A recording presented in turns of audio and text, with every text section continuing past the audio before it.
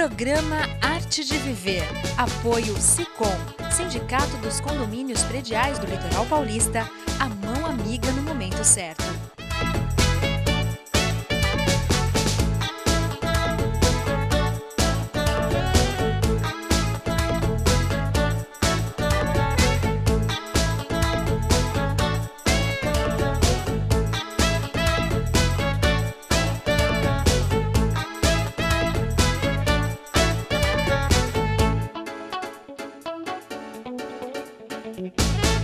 Olá, está começando mais um programa Arte de Viver e hoje eu converso com o Dr. Rubens José dos Reis Moscatelli, presidente do Sicom, e vamos falar um pouquinho sobre inadimplência, queixas de condôminos, queixas de síndico, coisas muito importantes que todos nós temos que estar atentos.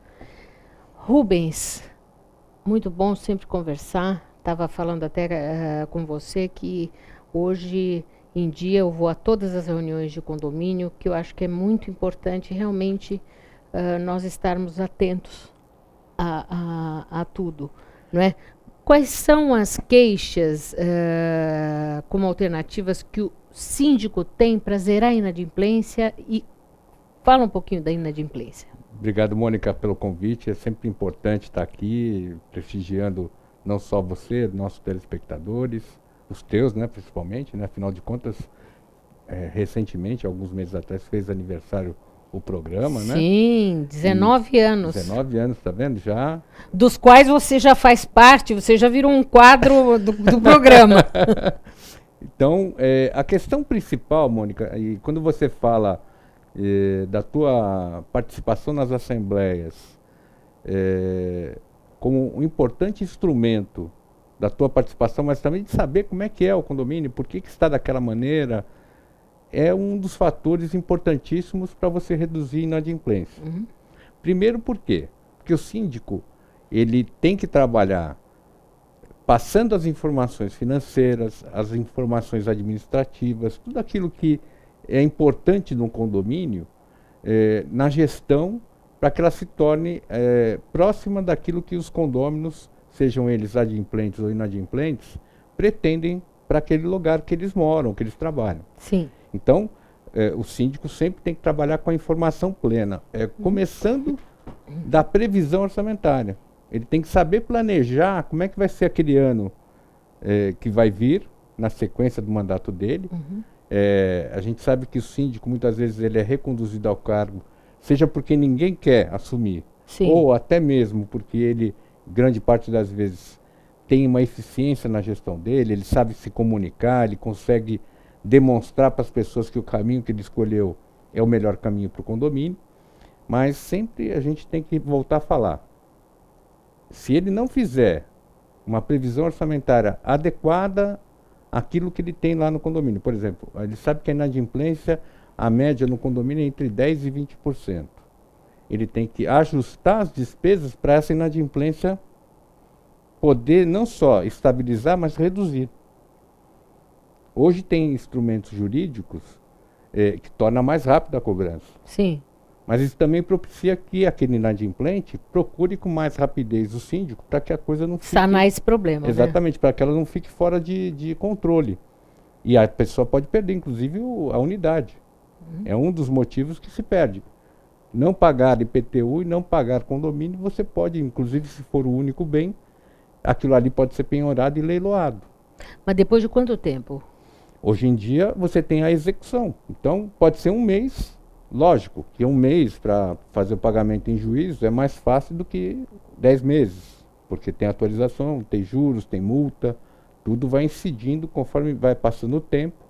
Juros é de 1% ao mês. Então vamos imaginar que uma inadimplência de 12 meses, só de juros serão 12%, a mais daquilo que vale o condomínio. Então depende do valor, depende do tempo que a pessoa está devendo. Sim, mas uma pessoa, um imóvel não vai a leilão depois de um mês só de inadimplência? Não, mas eu digo, no todo, ele pode, em princípio ele pode ser executado. A execução permite o quê? A penhora. Se a pessoa não pagar ou não comprovar o pagamento, aquilo ali, a próxima fase é o leilão. Não quer dizer que ela vai perder por causa de um mês, porque ela pode depositar aquele valor e o leilão é cancelado. Mas ela pode se bobear, se ela não fizer a parte dela. Mas normalmente os condomínios acabam, até para reduzir a inadimplência, fazendo outros caminhos. Tem alguns, por exemplo, que usam o protesto da cota condominial. O que é isso? Protesto é como qualquer situação em que você deixa de pagar uma despesa no vencimento, e aí, caso você não pague, o nome vai acabar aparecendo lá nos serviços de proteção ao crédito. SPC, Serasa, próprio cartório de protesto. O síndico pode usar desse instrumento. Agora, outra coisa, o caixa do condomínio, ele funciona como rateio das despesas? Isso. O objetivo do condomínio, a gente tem que deixar isso muito bem claro, Mônica, por quê? O condomínio tem CNPJ, então, em princípio, ele é uma empresa. Uma pessoa jurídica, por assim dizer. E o objetivo dessa empresa ou dessa pessoa jurídica é a sua manutenção e conservação. Então, aquele rateio que é feito entre os condôminos tem essa finalidade, manutenção, conservação. Então, desde os serviços que ali tem, elevador, o próprio trabalhador que é o zelador, o porteiro, ou outros que ali prestem serviços, a parte de portão, a manutenção de fachada, enfim, tudo isso é custeado por quem tem interesse no condomínio. O proprietário, em princípio, né? Mas você pode delegar isso para inquilino através da locação. Então, veja, quando você tem essa distribuição de despesa, você tem que, como eu falei, ter muita certeza do que você vai gastar para que aquela pessoa que vai pagar, ela não tenha nenhuma dúvida. Eu sei que aquele valor que eu estou pagando é para custear uma determinada despesa de boa qualidade. Já voltamos a falar. Pois não. Ouça agora a doutora Elizabeth Gaspar, dando uma dica sobre saúde bucal.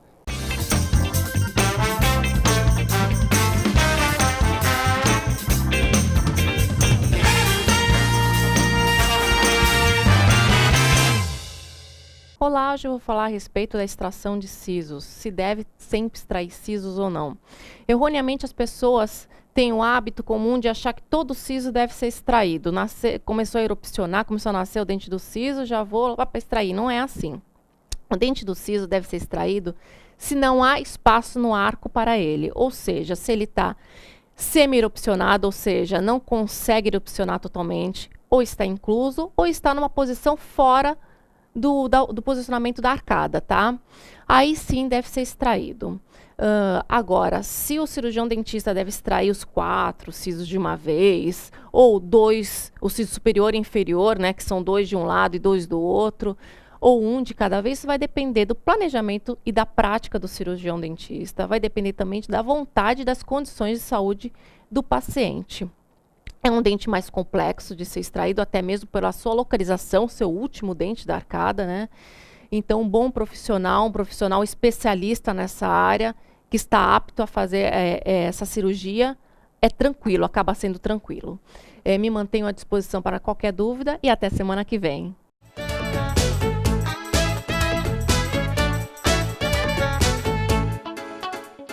O Smart Center oferece salas executivas que podem ser utilizadas por hora, dia ou mês, além de auditórios para treinamentos, cursos e seminários, salas de reuniões e o exclusivo programa Link, em que o cliente pode divulgar o endereço e telefone do Smart Center para receber encomendas, correspondências e recados. Uma opção inteligente que tem como diferencial aliar comodidade e baixos custos. Smart Center, o seu escritório virtual definitivo. Comunicado. A Escola Santista de Astrologia está com inscrições abertas para os cursos regulares de formação em astrologia.